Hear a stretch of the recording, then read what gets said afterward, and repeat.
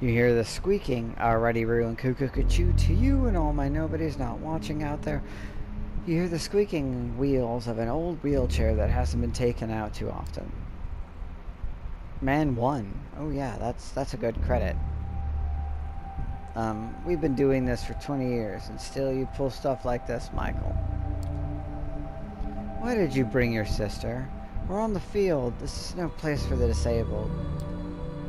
The voice is that of an older man, Midwestern, who sounds exasperated as if rehashing an argument for the 100th time. She wanted to come. She doesn't get out of the house very often. Besides, you should be grateful, Bobby. We would have never found our new partners without her. The second voice belongs to an old man, too. More intense and still holds echoes of a Russian accent. Yes, because she talked about vampires online. You got your door busted in by the FBI, as I remember. We did, sure, but we cleared the misunderstanding and now we're consultants. So quit your griping. Bobby, Michael, play nice. You sound like an old couple. Come and knock on our door. Come and knock on our door. We've been waiting for you.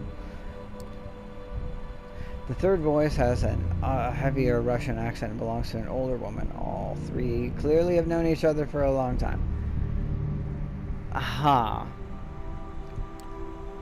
Let's find Father Anthony and see if he can help us. From what I've heard, he is an exceptional man. Okay. Yeah, nope. Sounds like I've stumbled upon to a potential international hunters gathering meeting thing. Impromptu. Yay. Yeah, exceptional, but he doesn't like moles. What does that mean? You nudge Benoit and discreetly point at the three people approaching you along the cathedral's central aisle. He nods in understanding. This is bad news, whoever these three are. We need to get out. Let's meet outside.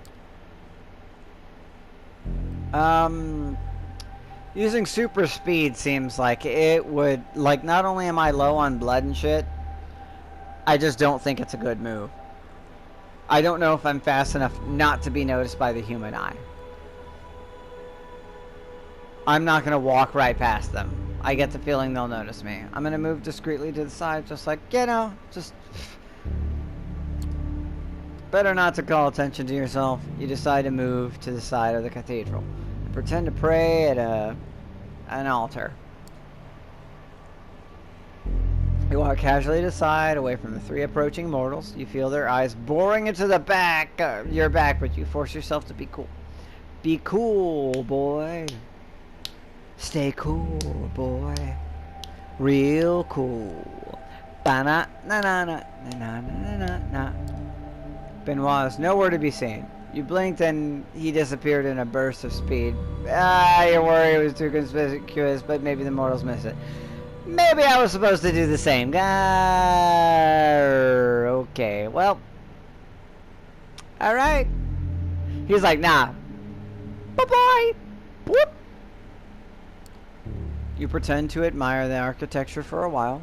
Before glancing back at the trio, they have settled at the exact spot you just occupied, apparently waiting for something and conversing in hushed tones. Oh, if any of them has any degree of clairvoyance, I am fucked.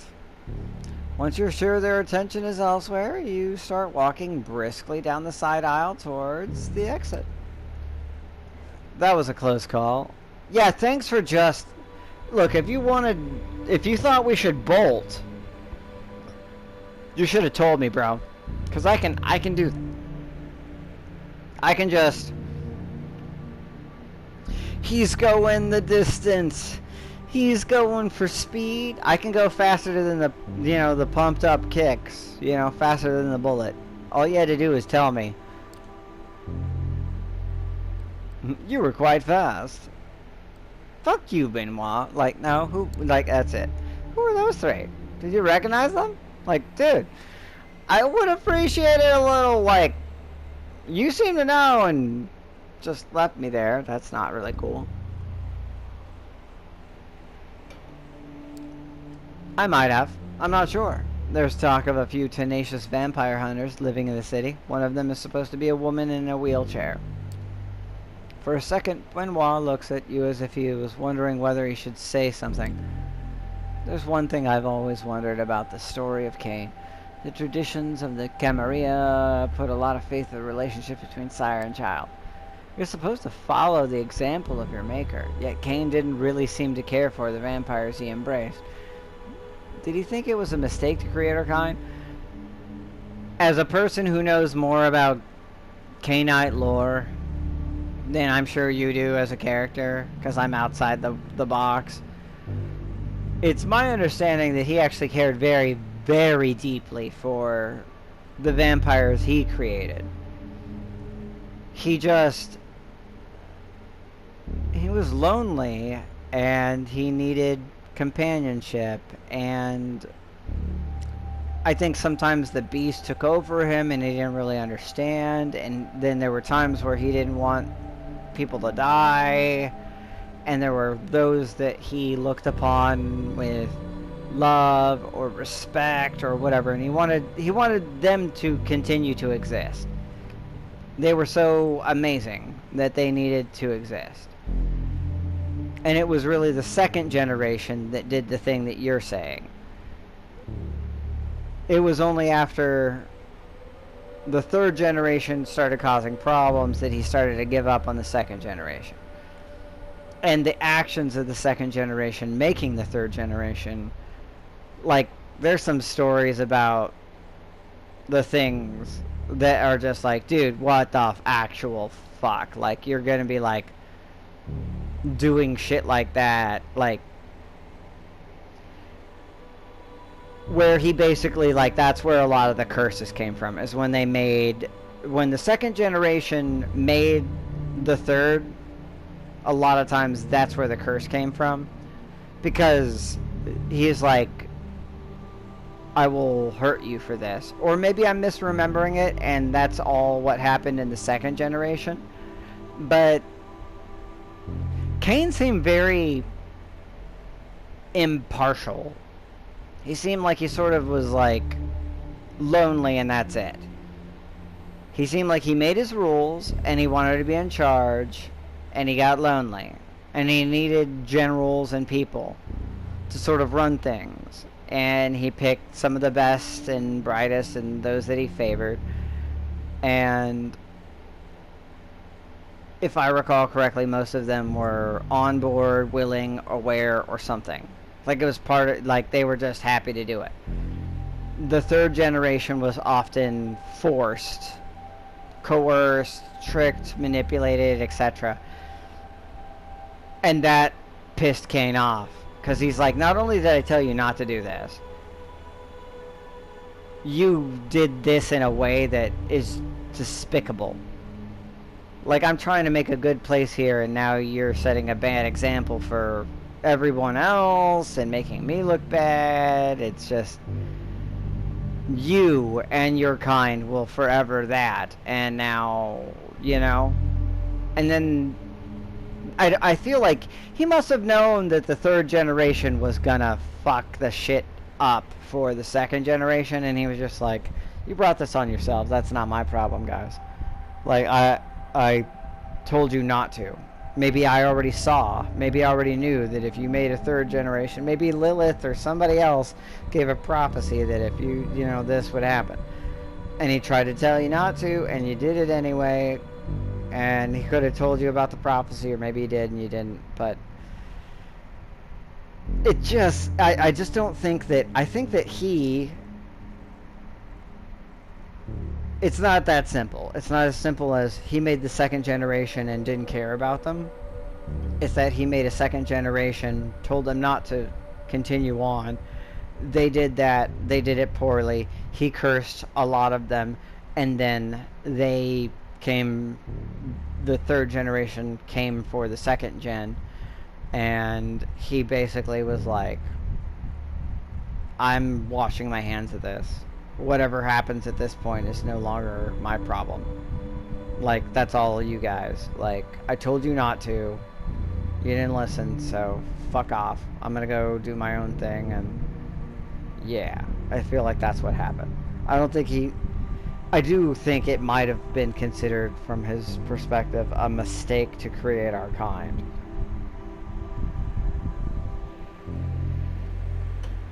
But I think being alone is very, very difficult, especially when it doesn't end. And he had already forsaken Lilith, who was probably one of the only other ones that could live, and she had gotten unnatural life through a different means. And is not a vampire, but it's more like a demon, or the curse gave her... I don't know. I don't remember how it works. There's vampires that worship Lilith and follow, like, you know, that form of, like, she's the first vampire and he's the second, or I don't know. It gets complicated. My sire left me. We should make our own way in the world.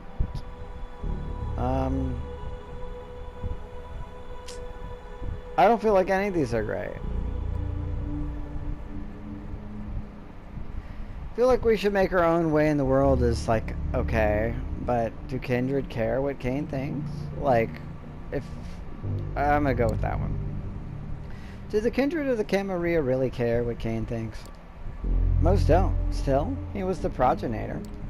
Assumably. You know, I'm Sophie's child, and you're her protege. See, I called it! Called it! Called it! Fucking called it. Told you so. I figured you were.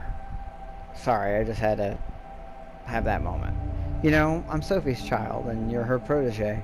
It's amazing that we share an appreciation for the mythologies of our kind, considering Sophie has a little interest in questions of the spirit. I'm glad I came here tonight, even if I didn't get to feed and almost had to worry about fighting and shit. You stare at Benoit. You knew something he wasn't telling you, but in all the talk about Cain and the First City, you forgot about it. Now the only question is, what does this mean? Does Sophie know her child is talking to you? Probably not. Don't hold it against me, but I admit find some pleasure in seeing you suffer the effects of Father Anthony's faith. I suppose that's the demon in me. Dude. I was thinking of it like a learning exercise. Like you're teaching me about something that I wouldn't know, and no one else mentioned, and I might not ever have experience with, and now you're like, that was funny. Like, that's not cool. I'm not your enemy, dude.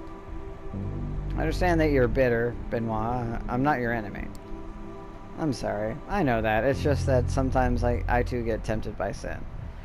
You seem like you're trying to find yourself on one of the many paths that exist in VtM, where it's just like you're trying to figure out your own place in the world, and one of the biggest, most complicated philosophical concepts about being a vampire in the world of Vampire the Masquerade is that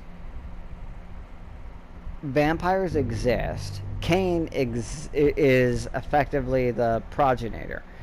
If you really look into all the lore and you try to figure all that out, you can't kind of deny that, if you believe it, you can't deny that God exists, because it all comes from there.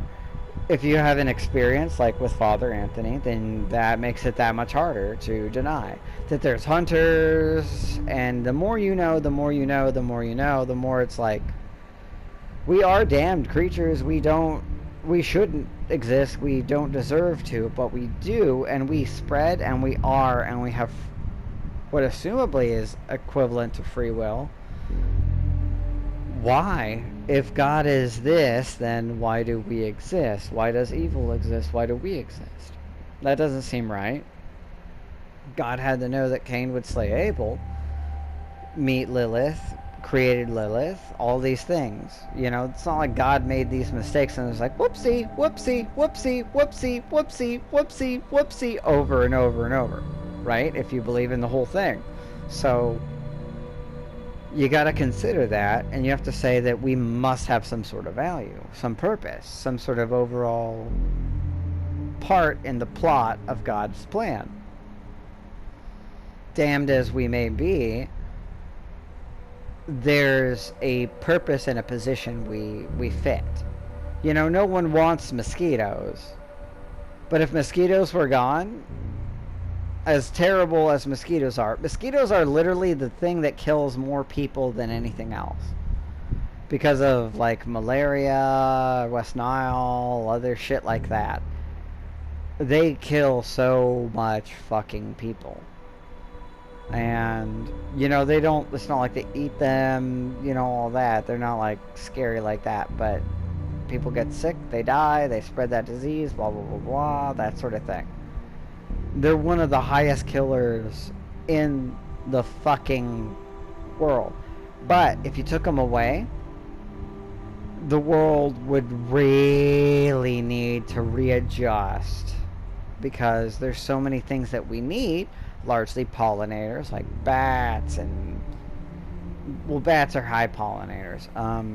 But, like, we wouldn't have so many species that need to eat mosquitoes, that's their primary food source. There's so many things that eat them, and it's just like, yeah, no, it'd be nice if you could just make mosquitoes gone. But if you did that, yeah, you get rid of those things. West Nile, well, you wouldn't get rid of West Nile, but you would, the things. But all those species that have... It's not like a single mosquito is that nutritious. But they spend their time doing that. Spiders, various forms of other things, birds and arachnids and all sorts of shit fucking eat these things all the time. They need them. If they don't eat them, they don't have food. They gotta find food from something else. And they are such a incredibly populous form of food and nutrition that without that, a lot of these species would just be screwed. Sucks that we have to get West Nile, and there's a lot of things we can do about it. There's things I've seen about people trying to, like, well, what if we did this and that, science-y, and like, oh, well, only these ones do that, or could, whatever. But the reality is, if you just got rid of them wholesale, it would fuck up the ecosystem so bad that we would lose so many species that pollination would become very difficult. And we already have enough of that with climate change. At least that's what the thing I saw. It was a YouTube video that was about mosquitoes. What happened if they just went away? Or something like that. And it's just like, we hate them, nobody likes them. But they're actually a very important part of the ecosystem. As annoying as they are, they're meaningful. You know, we should meet again. We've talked so much about myth, but maybe that's cowardly when the reality of faith is right in front of us. I'll introduce you to Father Anthony. I already met him. He made me feel not good. And he didn't even touch me. You nod, unsure whether that's a good idea. He walks away, and an example, you hang around the you don't want to hang around the cathedral any longer. No, that was a problem. Alright. Alright, so that's how I spent my time. I could have tried to feed. I did not. That sucks. So I'm gonna have to go into this next thing. Unfed, but hopefully when I rest I'll be healed. But I'll still probably be hungry, but they don't tell me, so I don't know.